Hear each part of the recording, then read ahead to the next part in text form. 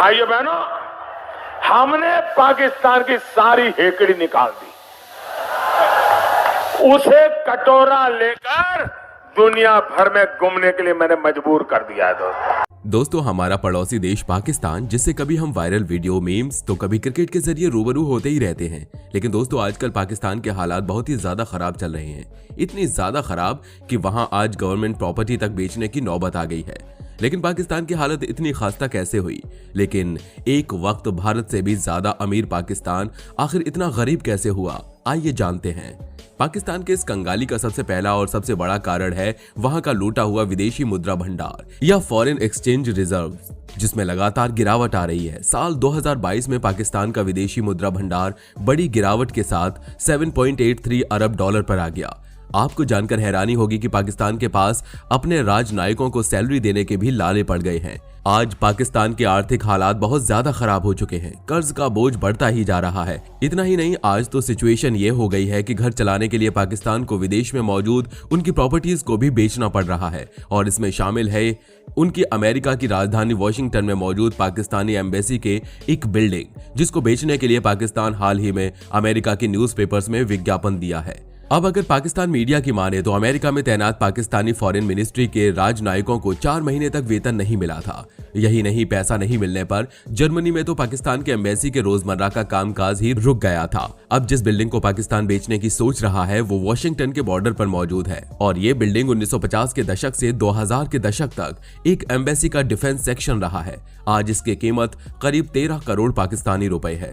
अब इतने कम रुपए का पाकिस्तान क्या करेगा, ये मामला समझ नहीं आता। आपको बता दें, ये बिल्डिंग पिछले 20 सालों से खाली पड़ी है, जिसकी हालत काफी खस्ता हो गई है।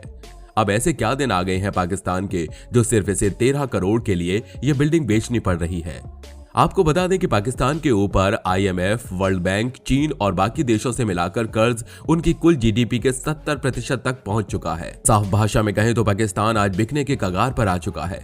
पाकिस्तान में पहले भ्रष्टाचार, पॉलिटिकल स्टेबिलिटी और सेना का देश की राजनीति में हद से ज्यादा दखल उनकी हालत और खराब कर रहा है। द एक्सप्रेस ट्रिब्यून की एक रिपोर्ट के मुताबिक पाकिस्तान पर अगस्त 2022 तक कुल लायबिलिटीज करीब 59.7 लाख करोड़ पाकिस्तानी रुपया था। पिछला साल फाइनल ईयर के कंपैरिजन में 11.9 लाख करोड़ रुपए यानी कि 25% ज्यादा है।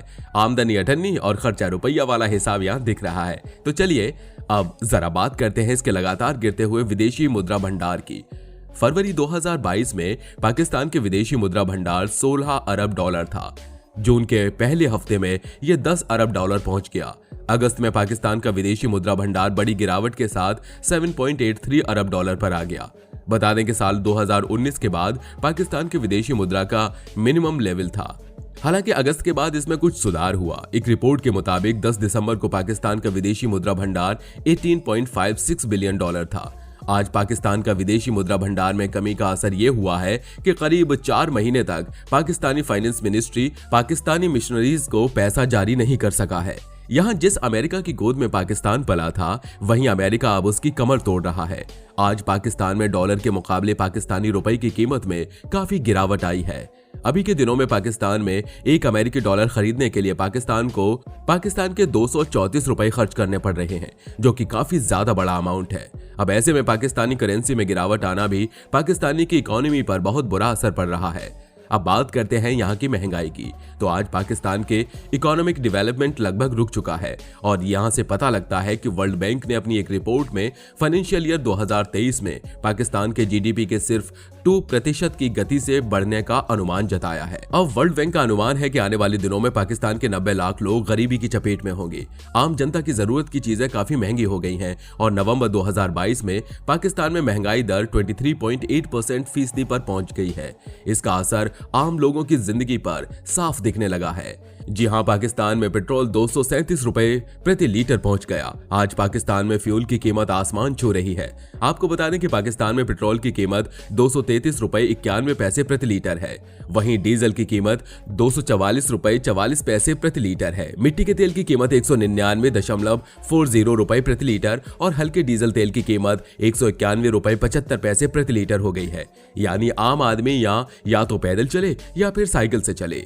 आज पाकिस्तान बड़ी मंदी मंदी की मार झेल रहा है। हाल ही में आई बाढ़ ने पाकिस्तान की अर्थव्यवस्था को पहले हिला कर रख दिया है और इस वजह से हालात इतने खराब हो गए हैं कि पाकिस्तान को चीन से कई बार कर्ज भी लेना पड़ा है। यही वजह है कि आज वहां सिर्फ फ्यूल ही नहीं बल्कि सब्जियां तक खरीदने में आम आदमी की जेब ढीली पड़ रही है। पाकिस्तान की सरकार एशिया में एक अजीब सी दुविधा में है। एक तरफ तो देश में सब्जी और बाकी चीजों के दाम बढ़ते ही जा रहे हैं और दूसरी तरफ कंटेनर्स कराची बंदरगाह पर अटकी हैं। व्यापारियों का कहना है कि सरकार के इस रवैये से सब्जियां सड़ जाएंगी और हालात और मुश्किल हो जाएंगे। पाकिस्तान की सरकार इस समय बहुत ज्यादा मुश्किल में है। अब वो ये डिसाइड नहीं कर पा रही है कि देश में जारी फूड सप्लाई क्राइसिस का सलूशन करे या फिर अपना विदेशी मुद्रा भंडार बचाए।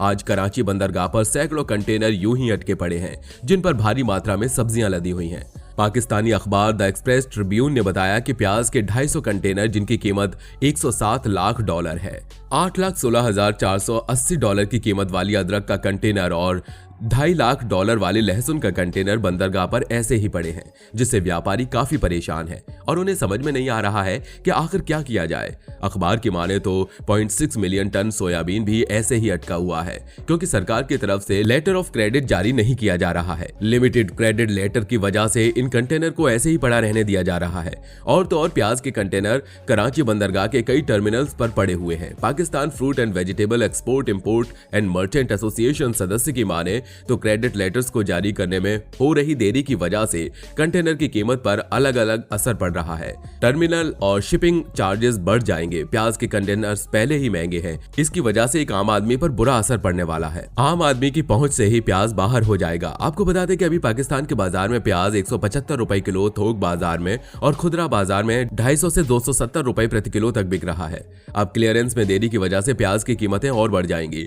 सब्जियां भी आम आदमी की पहुंच से दूर हो जाएंगी।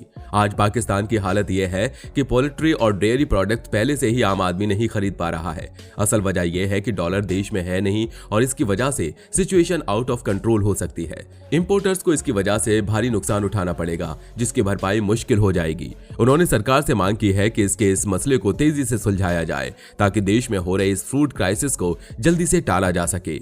अपनी इन हालातों को देखते हुए पाकिस्तान ने अपने मित्र देशों जैसे कि सऊदी अरब से मदद की मांग की है। पाकिस्तान ने सऊदी अरब से कुछ प्रोजेक्ट्स के लिए रकम की मांग की है। देश के फाइनेंस मिनिस्टर ने एक मीटिंग में सऊदी अरब से रिक्वेस्ट की है कि माना जा रहा है कि पड़ोसी देश उसकी मदद करने को राजी हो गया है। हालांकि इस पर अभी ऑफिशियल तौर पर अभी कुछ भी नहीं कहा गया है। अब आज पाकिस्तान के जैसे हालात हैं, उसने अपने विदेशी मुद्रा भंडार के काफी नीचे गिरने के बाद सऊदी अरब से तत्काल $4.2 अरब देने का अनुरोध किया है। द एक्सप्रेस ट्रिब्यून ने मंत्रालय में एक बयान का हवाला देते हुए बताया कि वित्त मंत्री इश्क डार ने सऊदी अरब के राजदूत नवाफ बिन सैद अल मालिक के साथ एक बैठक के दौरान ये बात रखी। पाकिस्तान की तरफ से मदद की गुहार ऐसे समय में लगाई गई है जब उनके दोस्त चीन के राष्ट्रपति जिनपिंग पहली बार सऊदी अरब की यात्रा पर पहुंचे थे। पाकिस्तानी अपनी शाख रखने के लिए आज लगातार कोशिशें कर रहा है। इसी के चलते पाक के फाइनेंस मिनिस्टर फॉरेन डिप्लोमेट्स के साथ एक फाइनेंशियल हेल्प के लिए बैठक की। साथ ही IMF को देश को $1.8 बिलियन की किश्त जारी करने के लिए भरोसा दिलाया ताकि वो आगे जाकर अपनी हालात सुधरेंगे और वापस किसी शिकायत का मौका नहीं देंगे। अब चूंकि पाकिस्तान को तत्काल पैसे की जरूरत है तो किसी भी हद तक जाने को मजबूर है। पाकिस्तान के फाइनेंस मिनिस्टर ने कहा है कि पाक को चीन और सऊदी अरब से $13 बिलियन की फाइनेंशियल मदद मिलने वाली है। इसमें से $5.7 अरब के नए कर्ज भी शामिल हैं और इसमें पाकिस्तान को $4.2 अरब सऊदी अरब और $8.8 अरब का कर्ज चीन से मिल सकता है। हालांकि इसमें कोई पॉजिटिव ग्रोथ नहीं दिखी है और पिछले 1 महीने से मामला अटका हुआ है। मदद की जगह पर पाकिस्तान को चीन का $1.2 अरब कर्ज अदा करना पड़ गया था। तो दोस्तों, ये थी पाकिस्तान की खस्ता हाली का एक मंजर। आपको क्या लगता है, क्या पाकिस्तान कभी इतने बड़े कर्ज से कभी उबर पाएगा? आप हमें हमारे कमेंट सेक्शन में जरूर बताएं और अगर आपको ये वीडियो पसंद आई हो तो वीडियो को लाइक और चैनल को सब्सक्राइब करना बिल्कुल मत भूलिए।